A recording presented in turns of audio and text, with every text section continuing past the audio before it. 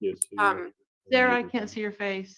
She's good. Sarah, okay. Oh, there It's she okay. is. It's okay. All right, I got it. Yeah, here. you can All say right, something. so you're gonna start. We unmuted and we can remute and unmute.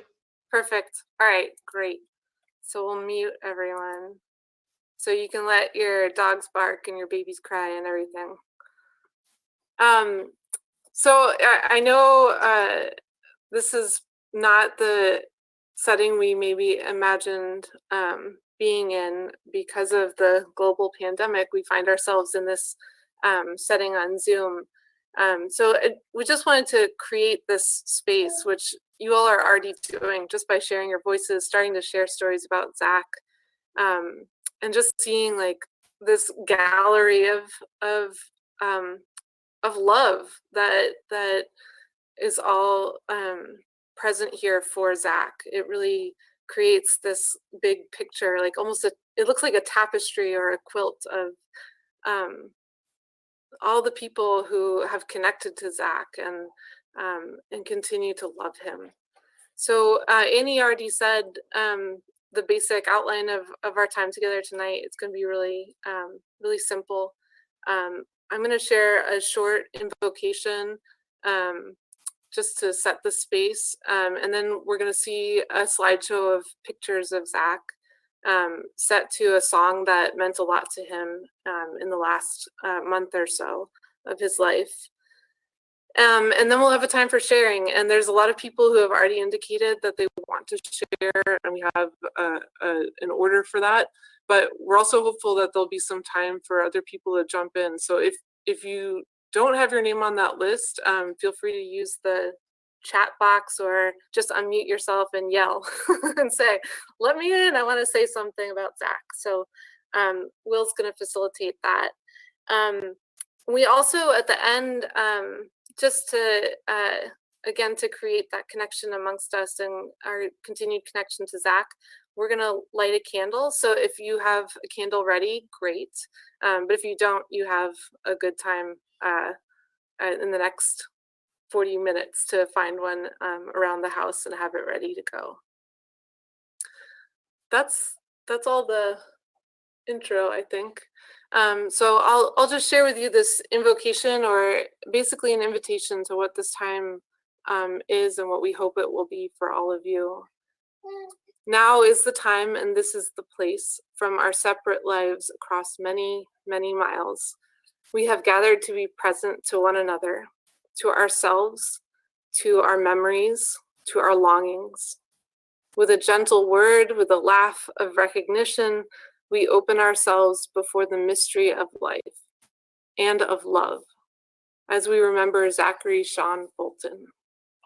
May we find this to be a time of healing, an opportunity for reaching out to one another, a time to let go of grief's burden of anxiety, anger, regret, uncertainty, and a time to respond to grief's invitation to look and to listen closely, to gently tend to each other's wounds, to walk forward into the future, nourished by the strength of love, love that Zach showed to each one of us. In the fullness of this setting, surrounded by people who knew and who love Zach, may we turn toward hope, release, possibility, and peace. May we remember the gift of life given to us and the opportunity we have to live and to live generously and justly today and every day. May it be so.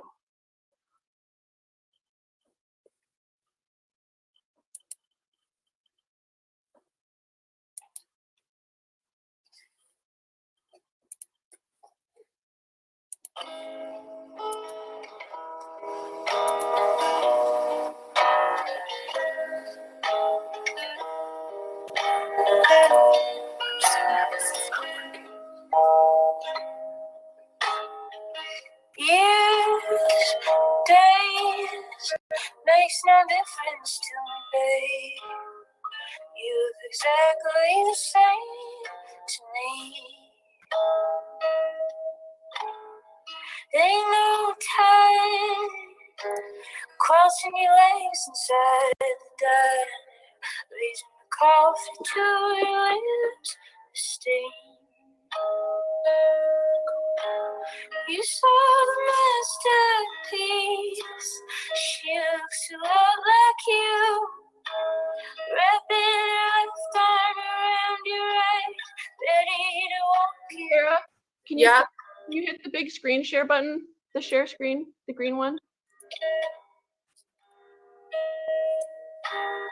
You whispered Hold to on. the restless ear, can you get me out of here? Start over.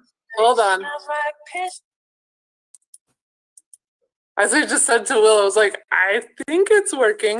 We It's all okay. agreed. We all agreed that Zach would like this to be imperfect, and so this is for you, Zach. Zach is not a perfect a person of seeking perfection. All right, so it didn't come up all the way. I think just Oh, now we can. yeah, go up to the top, and I would just restart the song. Yeah, I will. But let me start the slideshow first and make sure you all are seeing. Okay. You getting Yeah, I it? was just seeing what you Thank you. Oh yeah. All right, I'm gonna start the song and just go ahead and yell early if it doesn't if it doesn't go Okay. on.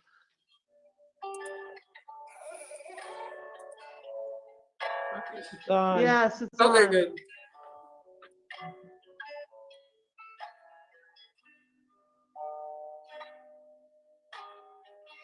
Years, days, makes no difference to me, babe. You look exactly the same to me.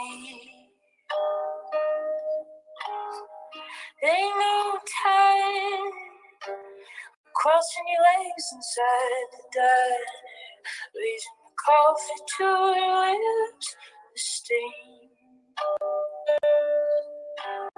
You saw the masterpiece. She looks a lot like you. Wrapping her left arm around your right, ready to walk you through the night.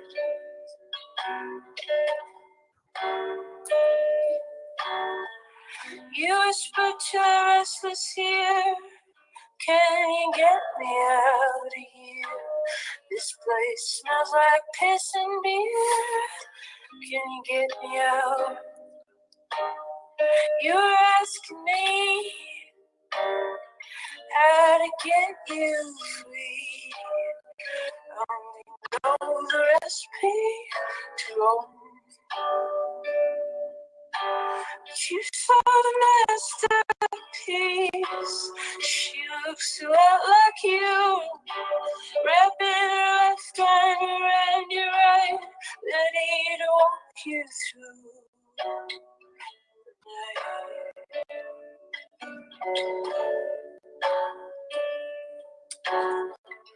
Old stars filling up my throat. You gave them to me when I was born. Now they're coming out. You lay there in the hospital bed. Your eyes are new, blue and red. I could draw a breath and say it's me. You say the masterpiece. She looks a lot like me. Wrapping my left arm around your right, ready to walk you through the night.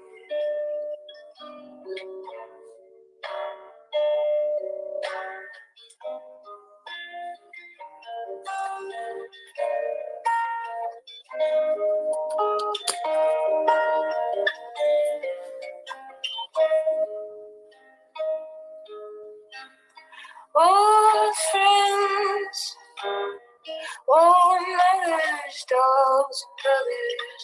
There's only so much letting go you can ask someone to do. So I'll keep you by my side. I will not give you to the tide. I'll even walk you in my stride. 'cause I saw the masterpiece.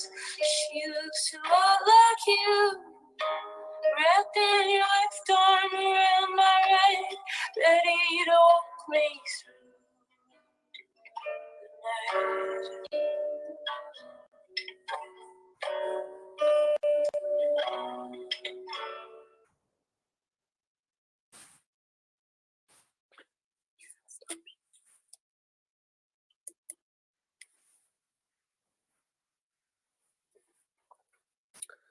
All right. So Annie, we're gonna start with you for sharing. Okay. Just give me a breath. I'm sorry. Of course. Take your time. I'll never let go. I'm so grateful to have had Zach as my son. He was kind and honorable to me, which I believe translated into his respect for women. His wit, intelligence, courage, and kindness were amazing. With a mother's dream come true, that Zach and Elise are best friends and will always be best friends, I couldn't ask more from God. Zach was wonderful to me. I cherished every moment I had with him, from being an adorable baby to being a gentle man.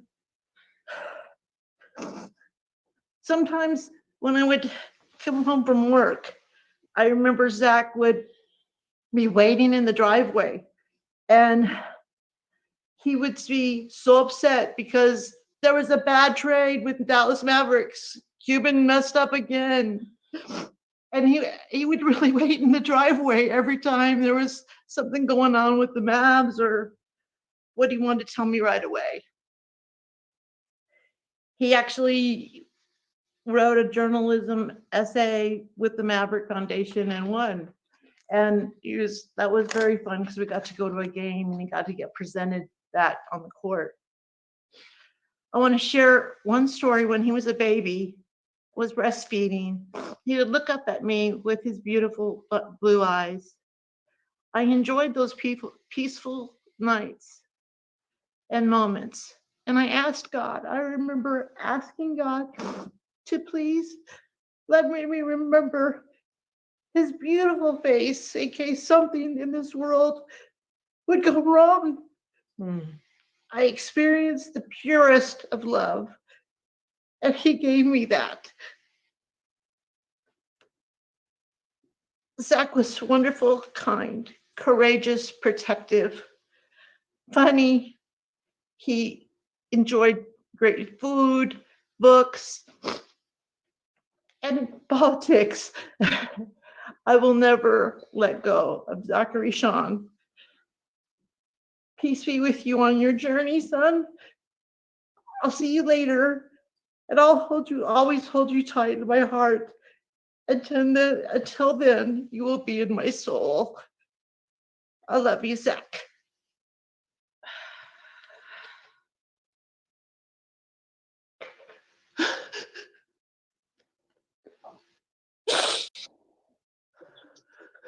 Oh.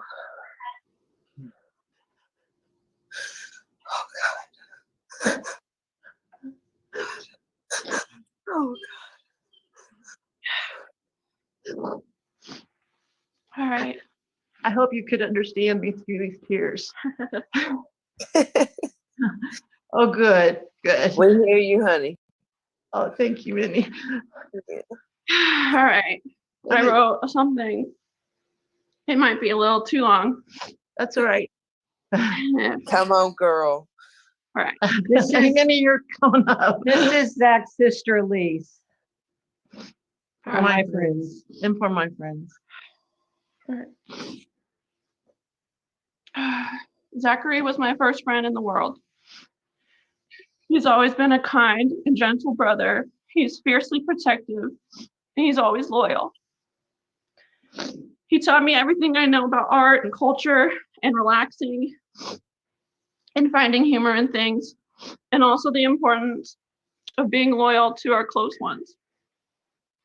He frequently told me he'd beat up anyone I asked him to, and there were times when he almost wanted to. And it was only since he was diagnosed with leukemia did he ever tell me, Elise, don't get into any dangerous situations because I'm too weak to protect you right now. As a kid,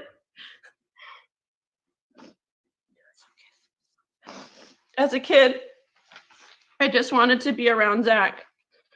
I wanted to watch him play video games or computer games. And he would give me little jobs like pressing the space bar 1,000,000 times over and over so I could help him play his video games. Those were the times that I can first start to remember how much I started to love his laugh. I would ask him, what's funny, Zach? Like, explain it to me. And he would explain to me, oh, there's this stand-up skit, it's Dave Chappelle, and here's why it's funny. And he would explain to me the jokes. Zach is why I even developed a sense of humor. Zach and I went through a lot as children. We did a lot of shared experiences, and sometimes they were traumatic.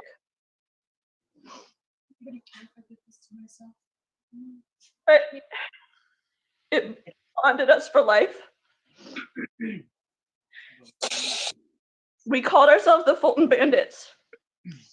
And we're always going to be the Fulton Bandits. I could always go to Zach and trust him. I would frequently tell him about how I hated my nose because I broke it when I was a kid. And he would say, oh, not this again. We're not talking about this again. And he would explain to me the Japanese concept of wabi-sabi and how imperfection is beauty and how my face was imperfect, but it was beautiful. And in a lot of ways, I feel like Zach's life is wabi-sabi. He had a lot of issues with self-worth. And he had a lot of demons, and he tried to confront them in his last year of life. But his life was imperfectly beautiful.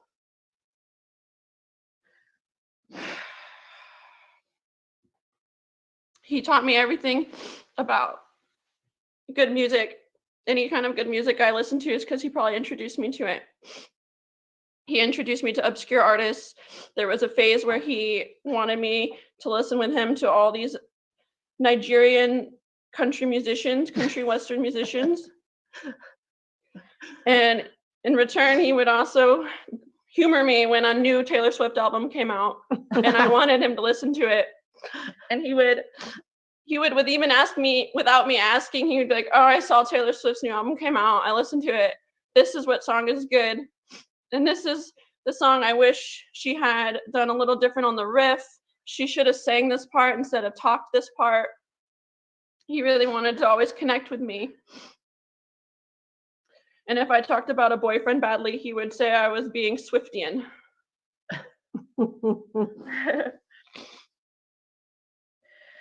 Zach loved to befriend new people. He loved to go to parties, but he also liked to read alone all day and ignore everyone's calls. He loved to smoke cigarettes on his stoop. I always called him a stoop kid, but it made him a lot of friends.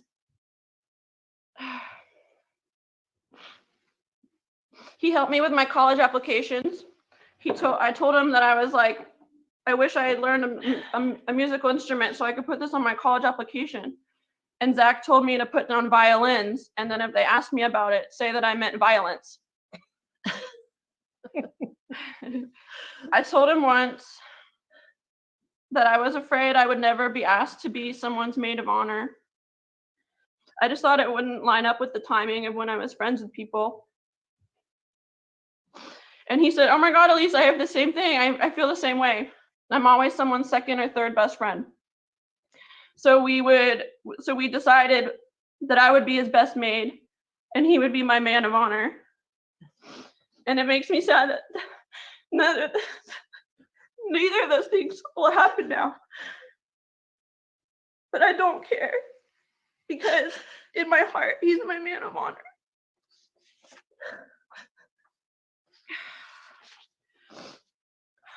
Zach and I became even closer these past 5 years when I first moved to Austin, and he really accepted me into his life. He let me sleep on his couch for 3 months, and then we became neighbors, and he had an apartment above my apartment. And then when he got his diagnosis, we became roommates. When I started getting, deeper into his life and we became more friends than brothers and sisters, I learned I was so happy that he had so many beautiful friendships, and all of his friendships were based on kindness and intelligence. He even befriended a cab driver, and he texted with him every day for years. Once a stray dog followed him home, every day after work, and so he ended up adopting her. He befriended his neighbors Minnie and Basil to the point where they became family. I've realized in the past few weeks that Zach's brotherly love was not just for me, but it was everyone else's. He loved everybody like a brother. And I'm so touched that so many of you have reached out and shown that you love him too. This fight with leukemia has just been so hard. And it's so tricky to wrap my mind around it because I really believed he would beat this. I was so convinced so many times if we just did this and this and this, that he would make it through. And I really had my heart set that he would beat it. And he did. He basically beat it. When he was first diagnosed, he was so weak in the hospital bed. They had stabilized him from his blood counts, and he hadn't started chemotherapy yet. And I remember he looked up at me, and he was like, wow, I was really close to the edge. And then he said, I just want to be strong again. And then he did get stronger. The chemo worked. For a long time, the chemo worked. And he got stronger. And he endured chemo every 3 weeks for 5 whole days, sometimes 6 days. He would get chemo all day, 24 hours. And he kept getting stronger. And then, he had a good life, and he was playing basketball and things were good. And then in November, his leukemia crept back in. And that's when Zach the wheels hit the road, or whatever they say. And he had to make a really brave choice because he was feeling good, but the leukemia was gonna come back. And so he made the brave choice to do the transplant, even though the transplant had a chance of killing him.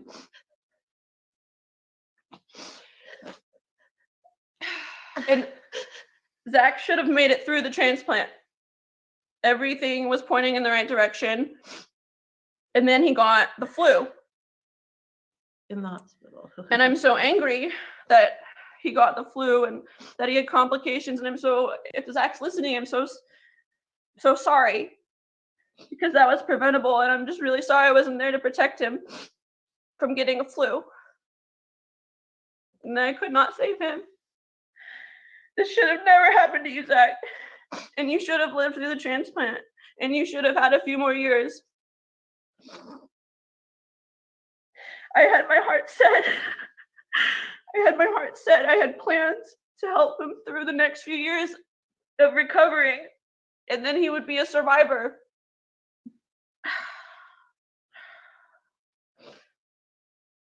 And it's so haunting to me that the day after, 2 days after he got the transplant, he told me he wished he could take it back, but it was already starting and there was no taking it back. And I'm so proud of Zach, even when he realized what was happening to his body, that he fought so hard to not let all of those reactions bring him down. So many doctors thought that when he got the flu and then he had the lung reaction to the flu because his immune system came back roaring, there were so many doctors who thought he was not going to make it. And there was an 80% chance that he would not make it through that. But he made it through that. And I'm grateful that we got a week of him at home after that. And he was so brave when he was at home. He was so weak, he couldn't walk. He could barely move. And he would still just be so kind to me and say, like, Elise, could you help me with this? Could you do this? And he looked at me with really kind eyes. And I could tell he looked at the world a little different. And he had started to accept, I think, that he was so weak, and he told me that he knew he didn't have much longer. And he wasn't angry. He was just sweet.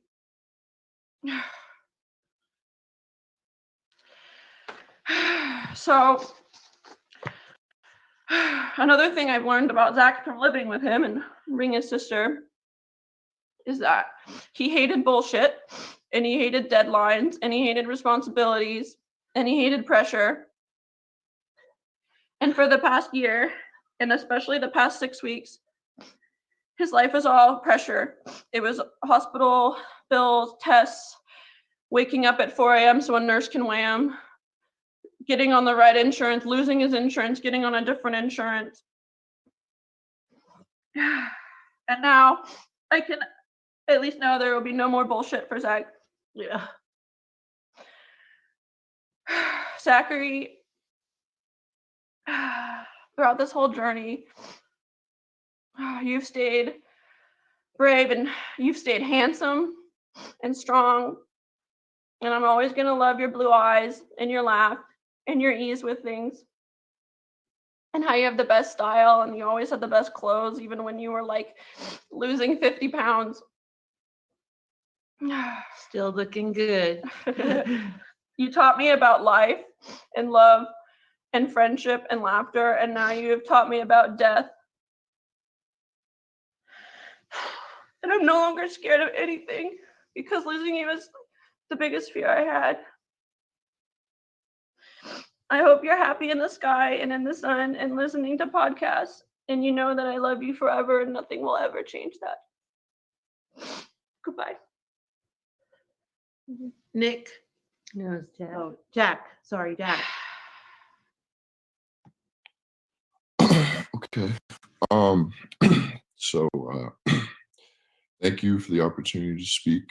Zach and I were obviously brothers, but we had an interesting relationship that was always made difficult by the fact that he lived in Texas and I lived in Maine. However, I hope to bring to light the ways in which he guided me throughout my life and helped me become the person that I am today. Zach and I both shared a very similar love and passion for sports. He was a diehard Dallas Mavericks fan, Dallas sports fan, and I'm a diehard Boston sports fan. Zach would call me whenever he had the chance to sit down because we would talk about sports as long as anyone would let us. I would sit in my bed, turn the lights down, and listen to him narrate story after story to me. He would tell me about Dirk Nowitzki, who was his most idolized player, and how much he loved how he played and how hard he had worked to get there. He would tell me about what it was like to be a Cowboys fan in the 90s, describing it perfectly one time to me. He said, you know, it was just one of those things we knew they were going to beat the Bills in the Super Bowl and no one else had a shot. He would tell me what it was like to watch the Dallas Stars win the Stanley Cup by scoring an illegal goal, and how much he loved Josh Hamilton and the Texas Rangers when they were playing unbelievably in the early 2010s. But make no mistake, no sports moment for Zach will ever top when the Dallas Mavericks, led by Dirk Nowitzki, won the 2011 NBA Finals. Dirk was everything to Zach. He was an international player from Germany that was labeled soft and defined up to that point by his loss in the 2006 Finals and his humiliating defeat in the playoffs the next year. But then in 2011, when no one else suspected it, no one except for Zach, of course, Dirk Nowitzki and the Dallas Mavericks conquered the mountain, and Zach finally got to see his childhood dream come true. To watch Dirk and the Mavs wipe away all the past negatives by upsetting a prime LeBron James and cementing themselves as one of the greatest teams in Dallas sports history. That moment was awesome for him, but when we talk about it, Zach showed me what the true power of sports is. You see, a lot of people just watch sports for the narrative of the game, for the big upsets, or to see the dominant team. But for Zach, he always saw something deeper. Zach taught me that the true power and beauty of sports is to look at the will and motivations of the players that made it up. And that's why Dirk Nowitzki was his favorite player ever. It wasn't just because he played for Dallas and he was highly skilled. It was because of his story and how he got to the NBA from his literal start as a tennis player in Germany. Zach loved sports because he loved to learn about the people that sports are made up of. He longed to learn about what drove people to be great and why they became so obsessed with that greatness. Zach showed me that sports is just another one of the ways that people find purpose and meaning in their lives and strive to make sense of the universe that is so often lacking rhyme or reason. Behind Dirk, Zach loved to talk about Michael Jordan. And of course, he didn't want to talk about him because of his human highlight reel abilities or what he did on the court. He was mainly interested in the man that Michael Jordan was. The outright sheer competitiveness that MJ had fascinated Zach to the point where he would read any story he could about MJ. And about a year ago, in one of our last exchange of texts, Zach went further down this rabbit hole with me. He connected MJ's competitiveness to how people find purpose in the universe that we live in. And in fact, it was so elegantly put, I'm going to share exactly what he said now, because as a person who loves sports and loves philosophy, what he had to say absolutely blew me away. I think insecurity in youth forms these protective behaviors, where it's like, I can control my worth by controlling this game and I will use anything available. I think ultimately all humans are seeking that hack that seems to put the chaos of the universe into some meaningful narrative, because that's at least something understandable or has rules, when in reality, the universe is totally devoid of intent or motive or reason. Things just happen, and you're there in the tempest, and it's way too much to just accept that for most everybody. So men invent religions and games and rituals and culture. And Michael Jordan spends 23 and a half hours a day thinking about winning at ball because he can't not. And that was the other thing about Zach. He was so well read and so good at writing, it was honestly ridiculous. My favorite story that Zach ever told me about himself was when he won a writing contest to be featured at the halftime of a Mavs game when he was a kid. But anyone that knew Zach, of course, knows that he is not someone that liked to plan and was a procrastinator to say the least. So instead of thinking that Zach wrote this essay well in advance and had people edit it to make sure it sounded and looked right, what actually happened was Zach was sitting at home the day the essay was due, and he realized the mailman had started his trip around the block to collect the mail. So he hastily grabbed his pen and paper and just wrote the essay in the midst of all the mayhem. All the while, the mailman was circling around collecting the mail. But of course, somehow he got it in, and the rest was history. So you see, even though Zach and I did not physically spend a lot of time together, he was always there to influence me into who I became today. Without Zach, I would not have been able to develop such a deep love for sports because he was the one who taught me what the true essence of sports is, how people think. He taught me the importance of looking inside at what someone represents. And trust me, he was real good at figuring out if people were bullshitters or not. And lastly, he was so uber talented and thoughtful. He inspired not only me, but countless other people to listen and read what he had to say. Because one thing you always knew about Zach, he was going to tell you something you didn't already know. And he was going to make you laugh and enjoy the learning process. Because all he cared about deep down was being nice to people and sharing good times. Zach was a very simple man. But the things he stood for and thought about were incredibly complex, and I long for the day where we can have one of our seemingly endless conversations again. I love you, Zach. I miss you every day, and I cannot wait for the day we see each other again.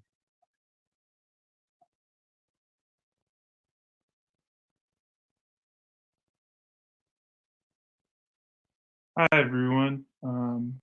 My name's Nick, and I'm Zach's cousin. My goodbye is two-part. I want to start with words I've been working on for him, and then finish with a cover of a song that I love that makes me think of him. I told Zach this past Christmas I was going to learn keyboard. I've kept my promise since, but I'm not ready to play that yet, so I thought singing was a close second. The song is called Glorious Warrior, and it's beautiful just like Zach. So here's the first part. Um, Zach, you were so fucking dope. I thought a eulogy for you without at least one curse wouldn't have done you justice. Sorry, Ben and Sarah. You were the guy in the room with the leather jacket, soul patch, sharp wit, and air of cigarette smoke coolness who didn't care about proving anything. You never had to. The proof was already there. Never contrived. Always honest, funny, and painfully self-aware. You made your weakness a strength even when it probably didn't feel that way. You never believed your own hype, and that always made you so real and relatable to me. I felt special just because you talked to me and sought me out. I've never known how to give your spirit life in words or explain our connection. I never thought I'd have to because I felt like you were part of me I couldn't lose. Someone who I talked to twice a year, and yet it never felt like I didn't get enough of you. It was always more than my fair share. I erroneously thought my favorite song that made me think of you would help ease the fierceness of your loss. I miss you every day. It's so hard. I don't know if you ever knew how great you were. Sorry, trying to see. I don't think you knew.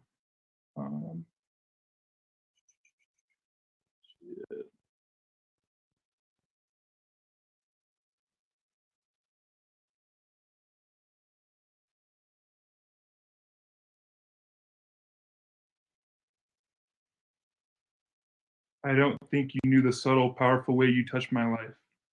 I hope you know now.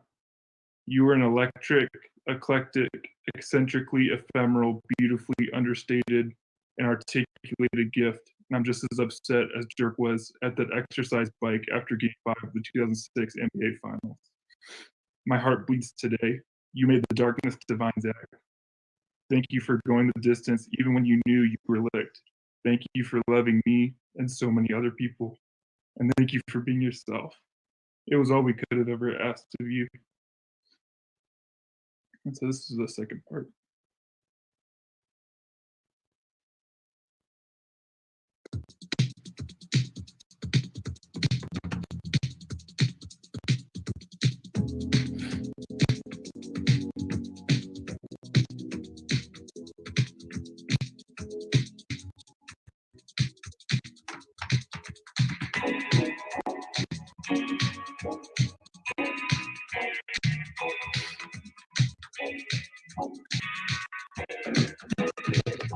Please believe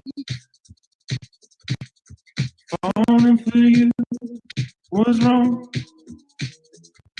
When the falling picture frame is on the wall, don't know what to do.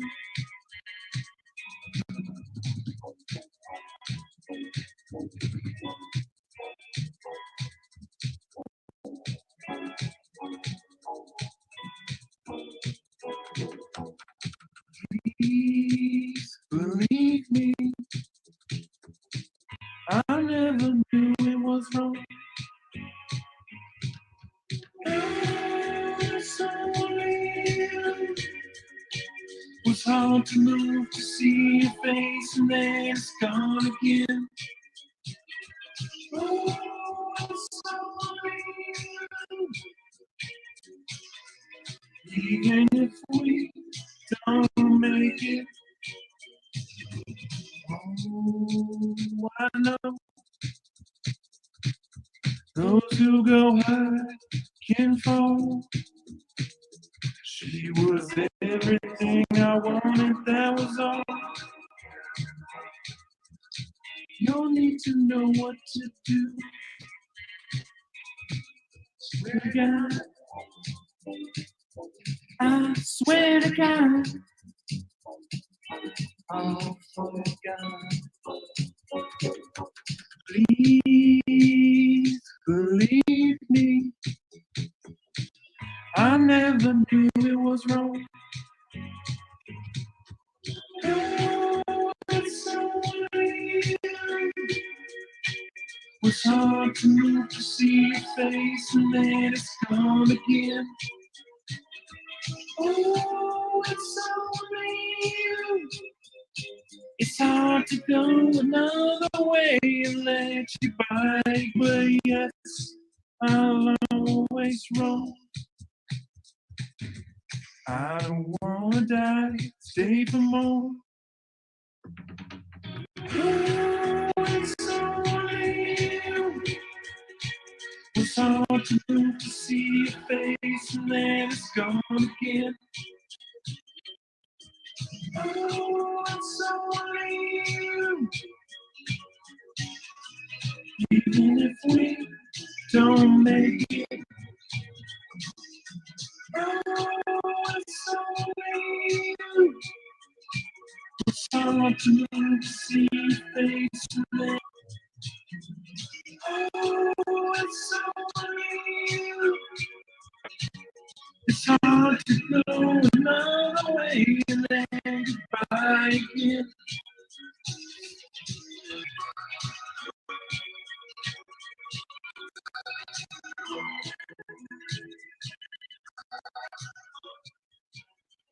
I love you, Zach. We love you, Nick. We love you, Nick. Thank you, Nicholas. It's my turn. That was really good. Thanks, James. Okay, Okay, here's Mary, his aunt.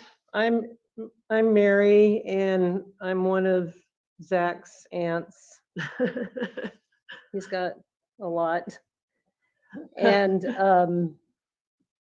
yeah, Zach was a person to be loved. That was his, yeah. He was argumentative. He was curious. He would confront the hell out of me.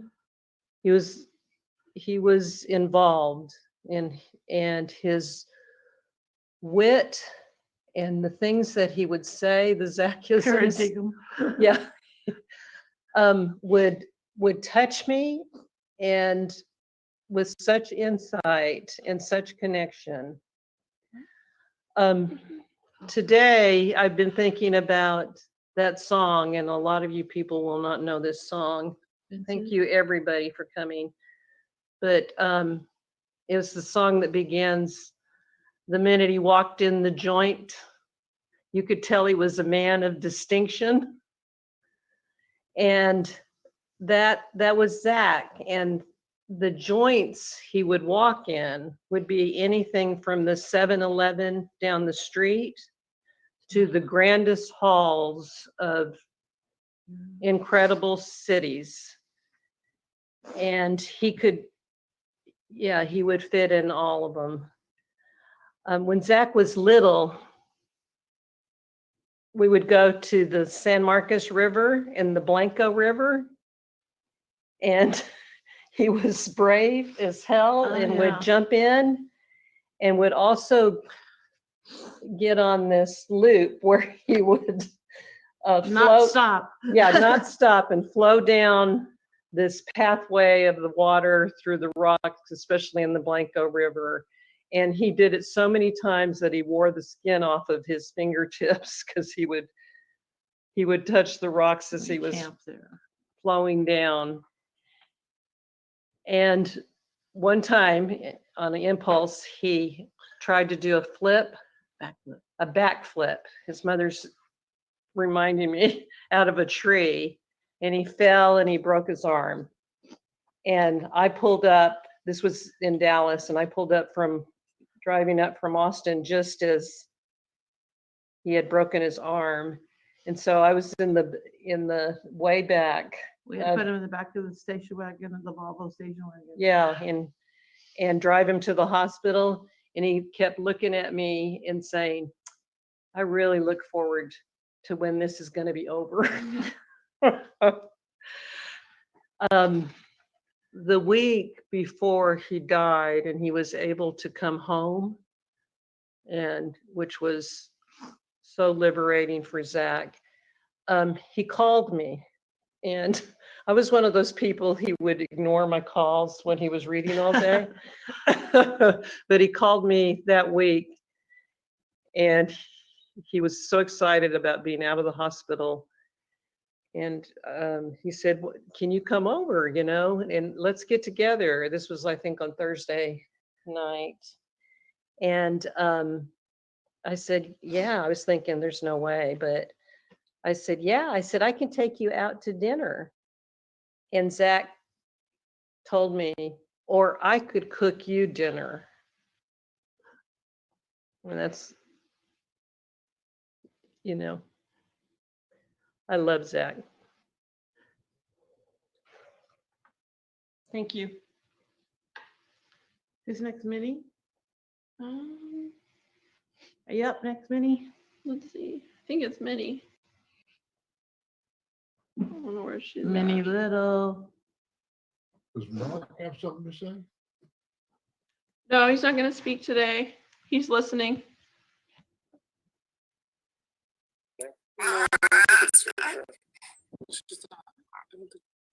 Hold on. Minnie? Where are you, Minnie? Yeah, I don't think Minnie is on the call right now Okay. for whatever reason. So we can go to who's next, and if she comes back on, we'll. Who's next? All right. So Let's go. Kent, are you on the call?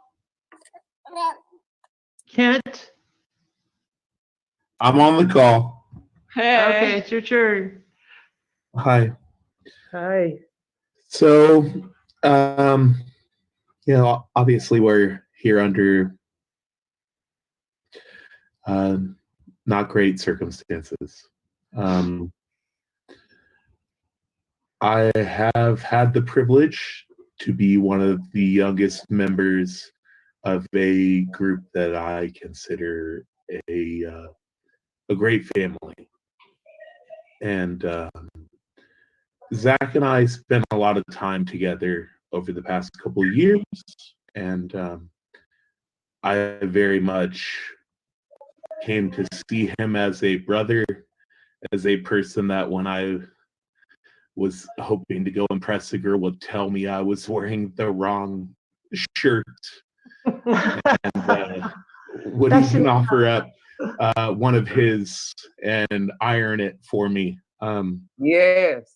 Zach was a person that called me on all of my BS every time I needed it. And for those of you that know me a little bit more intimately, I need it often.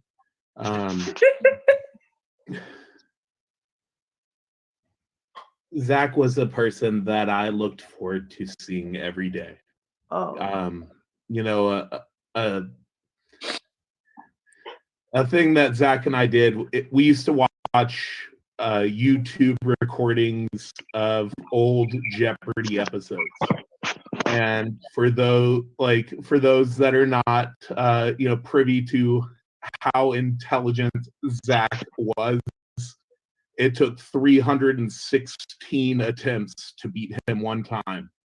And that one time happened right after his first big bout of chemo, where as much as I want to pretend he wasn't foggy in the brain, he was foggy in the brain. And I've never seen a light in somebody's eyes of pure love and anger that he had lost to me finally after almost a game a day for a year. And we played again, and Zach destroyed me. Like, I've never seen somebody know the answer before the question was finished being asked. He destroyed me.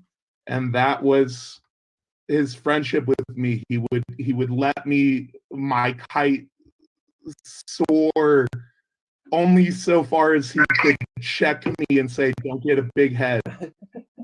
Zach was a person that said, hey, I love our arguments, and God, did we have them. Man. But he'd say, do not get a big head. And Zach made me a better person. And, when I speak to people that had the privilege of being a part of his life for as long as they were, I'm envious, because Zach made me a better person, and Zach made me question myself, and Zach made me so angry, so angry that he was right so many times, and I wanted to be right, and I wasn't. But he made me a better man, and I wouldn't trade my time with him for anything. And I just wish there was more of it. And I wish that I had this rich history that so many of you have of being a part of his life for as long as you were.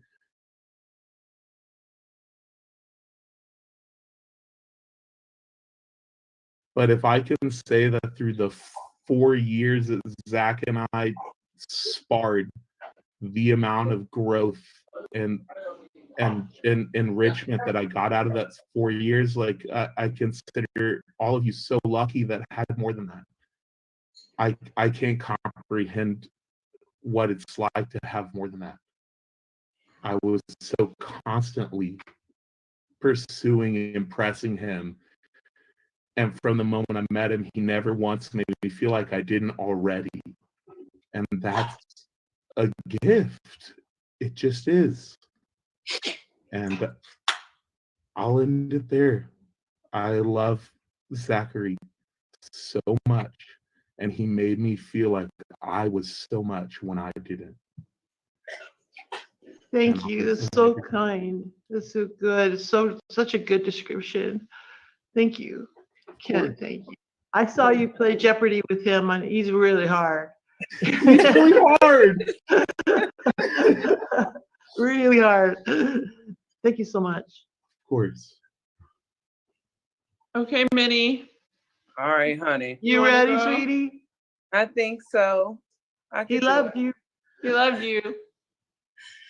My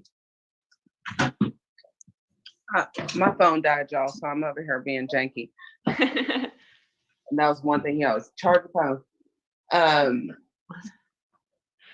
gonna try to make this as short as I possibly can, but I am gonna read something from my son. Because since my son is 10 now, I think this is the only time I'm gonna cry. I love the way he treated my mom, and I appreciated the way he treated me. I love him, and I wish he was still here to comfort us through this time. I love you, EJ. So yeah, Zach was my babysitter sometimes. He was also one of the biggest influences I've ever had in my life. Elise, when you moved here, I know I met you and I hung out with you. You were so cute. And I was like, oh my God, there's a girl here and she's friendly and she's so nice. But then you introduced me to your brother when you were moving in your furniture. And I said, oh shit, he talks so fast. He talks so fast, and okay, we could do this. And then you kind of like trickled off for a little bit, and then your brother came in. But beyond that, when I met your brother and I started hanging out with your brother, I was like, this is the brother I never had. And beyond the difficulties that your brother had, I saw past it, and he saw past mine, and I appreciated that. And when we argued, like we would, like, oh my God, I can't even I can't even tell y'all how much we argue about stupid shit. But we talked about so much. We talked about you and Mary and your mommy. And he spoke so highly of you all. There were times he talked trash, but that's what we do, you know. We talk trash, you know, and we always had to find the light in the universe. And, you know, we talked about it. One night we argued about him living on Mars. And I was like, listen, we got to take care of Earth. He was like, Minnie, I'm living on Mars. And I think that was one of the nights I probably kicked him out of my apartment. I was like, I'm done with this, you know. And after that, we didn't talk for like 2 days. And I was just telling my friends just now, like, I saw him in the parking lot and I'm like, I'm sorry, but you're one of the only neighbors that talks to me. And whatever we did last night, I think it came to too much alcohol, but I'm so sorry. And you have been so sweet to me, and I just hope we can fix this. And that was probably one of the first years that he lived by me.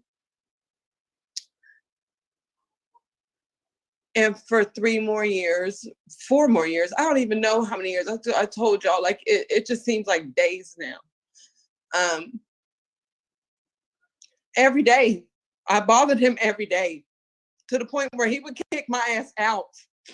You gotta go, Minnie. Like, you have got to go out of my apartment. And I would tell him, you have got to clean it. And there would be days I would clean his entire apartment, the whole apartment. And he was like, Minnie, no, you got to get out. You can't clean my apartment. I'm like, oh, I'm a mother. I can't, like, just let me do it. Just let me have a moment. I'm here for you at all times. And this was before the cancer. And I sometimes I feel so bad because I didn't know what he was dealing with. And I was like, Zach, you got to come out of this. If I can give you CBD oils, if I can give you whatever, like, I'm going to bring it to you. But, like, you have got to find a happy space in life. I know that we were raised a certain way and we're non-believers, but you still got to find a happy in life because I love you. And I don't think you understand what you mean to me and my child, even my damn dog. Oh, Lord. But at the end of the day, I will say I'm super grateful for the people he has brought into my life. Annie, I hope you never go away. Elise, I hope you never go away. Mary, I hope you never go away. He told me he wanted to take me to, I don't know where y'all's ranch is, Kingsland or something. I can't hear y'all. Sorry. Oh, I'm like, I can't hear y'all. He wanted to take you where? To the ranch at Anthony Ranch and Lydia. Somebody has a ranch and we were supposed to go. And he knows I travel, so I'm like, bro, I'm ready whenever. You can still go, Minnie. Yeah. I'm coming. It ain't an option for y'all. I'm coming. You're welcome anytime. Years ago. Oh, Anthony. That's Anthony's. And Lydia. We were supposed to go to Mexico, and that's why I said I'm gonna take my friend to Mexico. Because I tried to get him out of the house as much as I could, but I had to get him out of the house when I saw him in a certain state. I was like, you gotta go. As a mother, you have to come out this house. And I'm grateful that I did. And I know, Elise, that you think I saved your brother's life, but he saved his own life because your brother had a way of kicking me out of his house, which was like, girl, you got to get out my house. You got to go. And I think that day, Kent told me to pound on the door, and I pounded and I pounded and I pounded till he didn't have an option. So your brother saved his own life. And I would just say, I have a lot of friends, but I have never had such an intelligent and such a loving and a caring friend like Zachary. Lord, and I have a little brother and he is wonderful to me, but Zach was just something special. And I'm grateful that he did. I'm grateful he answered the door, because if something would have happened to him that day, I would be way worse off. Minnie, he would have died that night. Yeah. Yeah. Definitely. You saved his life. Yes. My last text was, I'm calling an ambulance. And you did it, Minnie. Minnie. He was so hurt. You gave us 16 more months with Zach. Yeah.